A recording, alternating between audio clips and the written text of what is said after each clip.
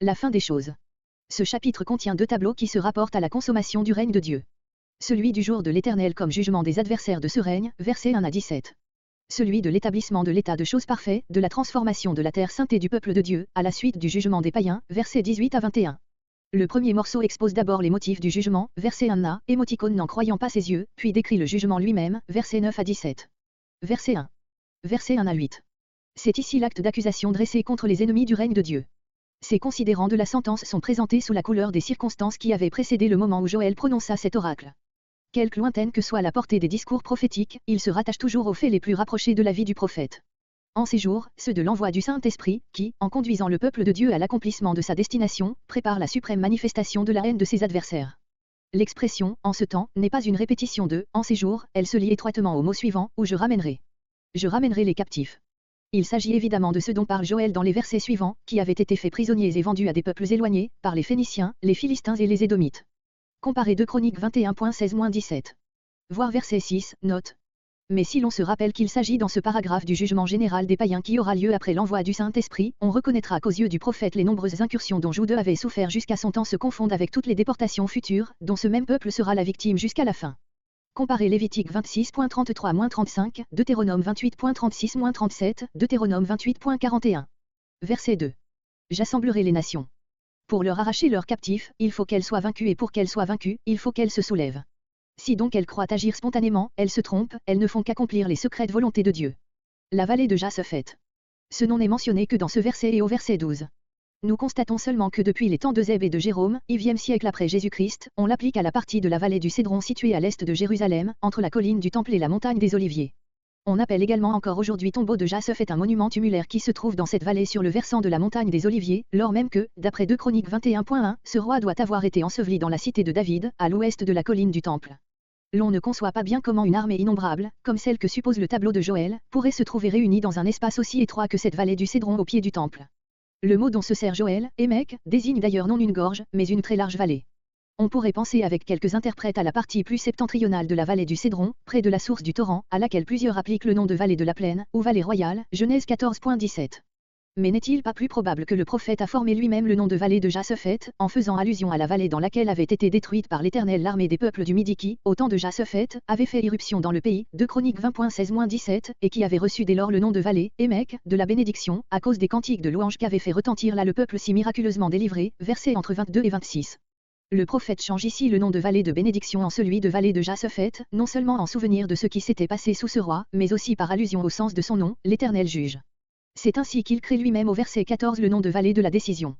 La situation de la vallée de la bénédiction, Beraka, est sans doute indiquée par le nom de la ruine de Bérékou, qui se trouve aujourd'hui à l'ouest du village de Tekoa, à 2 lieues au sud de Bethléem. Et comme le nom de vallée de Japheth n'a pour le prophète qu'un sens typique, il est probable que la localité désignée n'est qu'un symbole du théâtre de la dernière défaite du monde païen en lutte avec le peuple de Dieu. Comparez l'emploi semblable du mot Armaüédon, montagne de Megiddo, Apocalypse 16.16. C'est probablement notre passage qui a fait donner à la vallée du Cédron le nom de Japheth. Mon peuple dispersé. Cette dispersion n'avait eu lieu que dans une faible mesure dans les agressions précédentes. Les expressions de Joël font prévoir une dispersion de tout le peuple et une conquête du pays bien plus complète dans l'avenir. Mon peuple, mon pays. C'est contre l'Éternel lui-même que péchent ces païens, c'est pourquoi c'est lui qui les juge. Comparez Jérémie 12.14. Verset 3. Il était d'usage de partager les prisonniers de guerre entre les vainqueurs, ce partage se faisait au sort. Après la conquête de la Palestine par les Romains, le peuple juif tout entier fut ou massacré, ou condamné aux travaux forcés dans les mines à perpétuité, ou vendu en esclavage à des prix dérisoires. Un auteur rapporte que, sous le règne d'Adrien, des Juifs furent vendus sur le marché à Hébron au prix d'une mesure d'orge pour 4 hommes. Ce verset caractérise bien le mépris avec lequel ont été traités les membres du peuple de Dieu. On faisait de l'un le prix de la satisfaction de la luxure, de l'autre celui de l'intempérance. Verset 4. Et vous aussi. Le prophète avait parlé dans ce qui précède des peuples au sud et à l'est de la Palestine, mais les Phéniciens et les Philistins au nord et à l'ouest n'échapperont pas non plus. Ces 2 peuples habitant au bord de la mer avaient vendu les captifs aux trafiquants étrangers. Est-ce une vengeance? Non, car ils n'avaient aucun motif pour cela, c'est donc une provocation, elle retombera sur eux. Verset 5. Mon argent, mon or.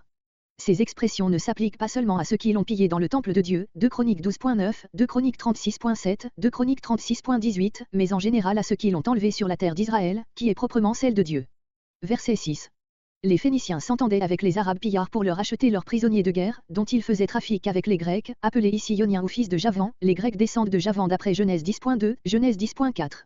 Ceux-ci avaient, comme l'on sait, de riches colonies sur les côtes de l'Asie mineure. Être captif dans un pays éloigné, c'était pour l'Israélite le comble du malheur, parce qu'il était à la fois privé de patrie et de culte. Verset 7. L'accomplissement ne peut se comprendre que d'une manière générale, lorsque, par les jugements qui frapperont les nations rebelles à Dieu, les fidèles seront délivrés de l'oppression sous laquelle ils gémissent.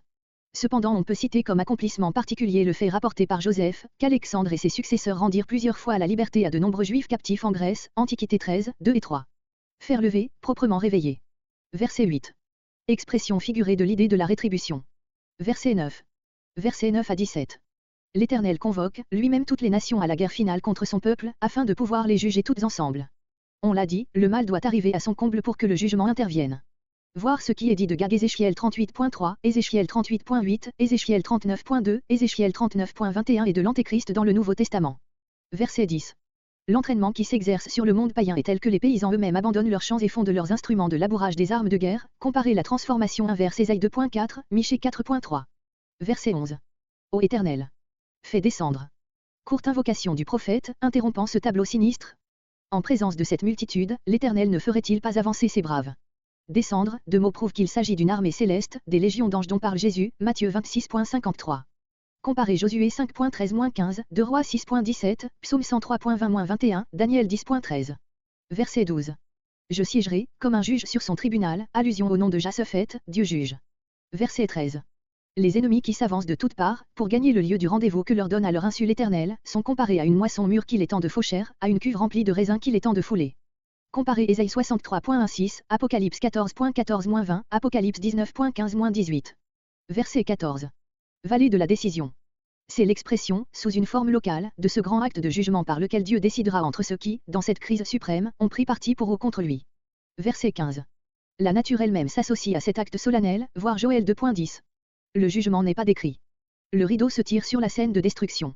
Il suffit que l'ordre soit venu de l'Éternel pour qu'on soit sûr de son exécution. Verset 16. Lorsque le rugissement du lion retentit dans les salles toutes du désert, il produit un saisissement à nul autre pareil, de même la voix de l'Éternel épouvantera les cieux et la terre. Un refuge. Comparez les réchappés Joël 2.32. Ce qui fait trembler les païens, rassure l'Israël fidèle. Verset 17. Après une telle déroute, le mal sera à jamais impuissant contre le peuple de Dieu. Verset 18. La prospérité spirituelle et temporelle du peuple de Dieu est décrite sous des images empruntées au bien-être terrestre. L'avenir seul pourra montrer dans quelle mesure cette description doit se réaliser littéralement. Dans tous les cas, comme on l'a dit, elle ne comprend rien de matériel qui ne doive être animé du souffle divin, rien de divin qui ne doive se manifester extérieurement. La vallée des Acacias, hébreu, Sittim, ne peut être sans doute l'endroit de ce nom situé à l'est du Jourdain dans le pays de Moab, Josué 2.1, Josué 3.1. Mais ce peut bien être la partie inférieure de la vallée du Jourdain, à l'occident du fleuve connu par l'aridité extrême de son sol. Ce serait la même localité que dans le tableau tout semblable Ézéchiel 47.8, note. Cependant on peut aussi appliquer ce nom à la vallée du Cédron au-dessus de son embouchure dans la mer Morte, ainsi s'expliquerait bien l'expression, les torrents de Juda seront pleins d'eau. Car le lit du Cédron est à sec la plus grande partie de l'année. Ainsi s'explique bien aussi ce trait du tableau d'après lequel la source sort de la maison de l'Éternel, car le Cédron coule au pied de la colline du temple. L'acacia croît dans les parties les plus arides de la Palestine. La source qui sort du temple est évidemment l'emblème des bénédictions spirituelles qui se répandront sur les fidèles.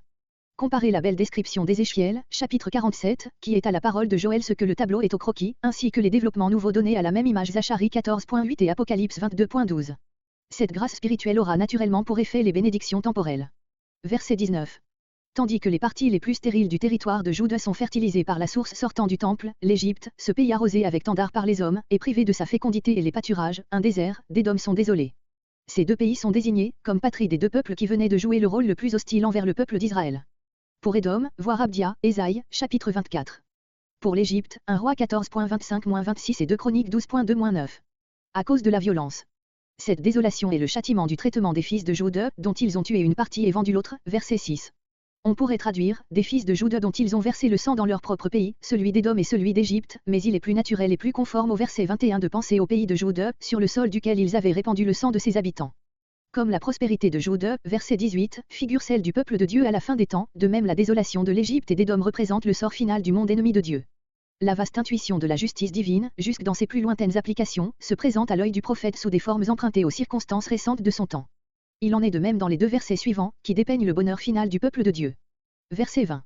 La ligne de démarcation tracée entre les rebelles et les fidèles se prolonge jusqu'à l'infini. Verset 21. Je laverai, par le jugement éternel dont je frapperai les meurtriers. Et l'Éternel habite. En vertu de cette expiation opérée, rien n'empêche plus l'Éternel d'accomplir la pensée suprême de son amour, de venir habiter lui-même au sein de son peuple. Apocalypse 21.3 décrit ainsi ce moment, voici le tabernacle de Dieu avec les hommes et il y habitera avec eux.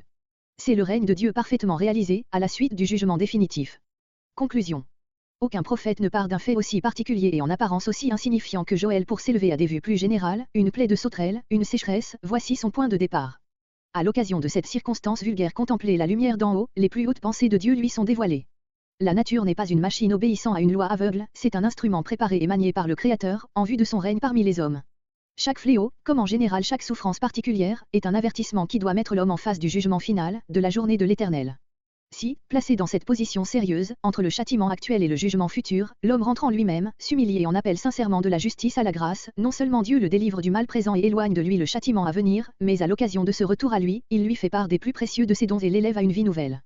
La journée de l'Éternel n'en reste pas moins là pour ceux qui persistent dans leur inimitié naturelle contre Dieu et contre son peuple.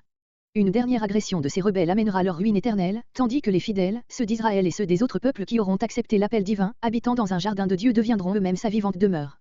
Telles sont les pensées de Joël. Elles planent au-dessus de l'histoire dans laquelle elles descendent et s'incarnent au fur et à mesure que les conditions morales de leur réalisation sont fournies par l'homme, soit en bien, soit en mal. C'est le cas sans doute des pensées exposées par tous les prophètes, mais Joël a ceci de particulier qu'il les présente sous un jour absolument favorable au peuple de Dieu. Il montre celui-ci repentant et détournant par là le châtiment présent et le jugement futur. C'est comme si la voie du salut était encore ouverte devant Israël, sans que le peuple fût déjà corrompu au point de devoir nécessairement passer par la journée de l'Éternel, le jugement de la destruction nationale. Il n'en est plus ainsi chez Osée, qui ne prophétise pas longtemps après Joël, à ses yeux, le mal est déjà si grave, il est vrai qu'il parle spécialement du royaume des 10 tribus, que le jugement d'extermination ne peut plus être évité, ce sera de la ruine complète, du sépulcre, que Dieu retirera son peuple, il ne peut plus arriver au salut que par la voie de la mort et de la résurrection. Ce trait caractéristique de Joël provient sans doute de ce que, au moment où il prophétisait, le peuple marchait encore dans les voies de la piété et de la fidélité à Jéhovah. Les parvis du temple sont ouverts pour la prière et pour le jeûne, les sacrificateurs fonctionnent à l'autel, les sacrifices et les oblations sont offerts régulièrement, aucun reproche ni d'idolâtrie, ni d'immoralité ne se fait jour dans le discours du prophète, le peuple est dans un état relativement normal ce qui confirme la date antérieure à celle de tous les autres prophètes, sauf Abdia, que nous lui avons assigné.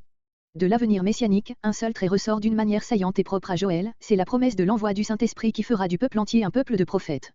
Joël avait sans doute devant lui un peuple marchant en général dans les voies de la piété et de l'obéissance, mais, s'il n'avait pas des méfaits positifs à lui reprocher, il sentait néanmoins tout ce qui lui manquait et surtout ce que l'alliance première ne pouvait donner. Au dos de la loi devait succéder un jour celui de l'Esprit, qui seul rend la loi vivante dans le cœur. Dès le commencement de la période prophétique, Joël énonce la promesse que Jérémie développera vers la fin de cette période, Jérémie 31.31 et suivant.